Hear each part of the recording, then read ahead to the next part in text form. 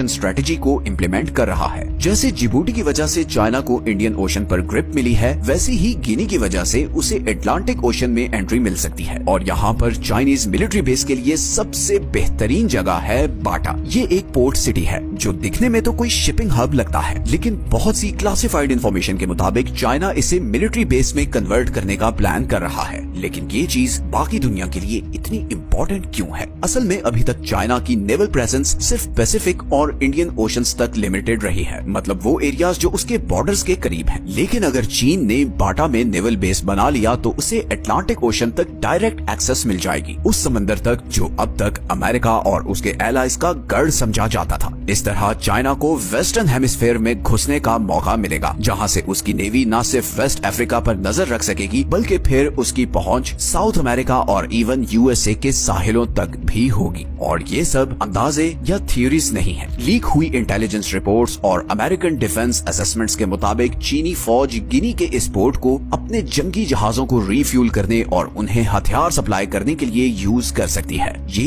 एक बहुत बड़ी डेवलपमेंट है, क्योंकि अभी तक तो चाइना की नेवी को एशिया से बाहर ऑपरेट करने के लिए बहुत दूर बेसिस पर रिलाई करना पड़ता था। लेकिन अगर ये बेस एक्टिव हो गया तो चाइनीज नेवी को एक ऐसी फॉरवर्ड पोजीशन मिल जाएगी जो इससे पहले सिर्फ अमेरिका के पास थी। और इसीलिए अमेरिका बहुत परेशान है और उसने इस पूरी सूरत हाल को नेशनल सिक्योरिटी थ्रेट डिक्लेयर कर दिया है। और इसकी वजह यह है कि ऐसा पहली बार होगा कि कोई और सुपर पावर उस रीजन में अपनी मिलिट्री बेस बनाएगी, जहां वर्ल्ड वॉर 2 के बाद से सिर्फ अमेरिका का राज रहा है। जरा सोचें कि कुछ साल पहले तक चाइना की अपने रीजन से बाहर एक भी मिलिट्री बेस नहीं थी, और आज चाइना दुनिया भर में अपनी मिलिट्री प्रेजेंस बढ़ा रहा है। और इक्वेटोरियल गिनी उसके लिए अटलांटिक ओशन में सबसे अहम मोर्चा बन सकता है। अगर ये बेस ऑपरेशनल हो गया तो चाइना न सिर्फ एशिया में अमेरिका को चैलेंज कर रहा होगा, बल्कि वो अटलांटिक ओशन में भी डायरेक्टली अमेरिका के सामने खड़ा होगा। And that's not just a strategy, it's a bold geopolitical message, क्योंकि ये बेस अटलांटिक ओशन के सारे नेवल डायनामिक्स को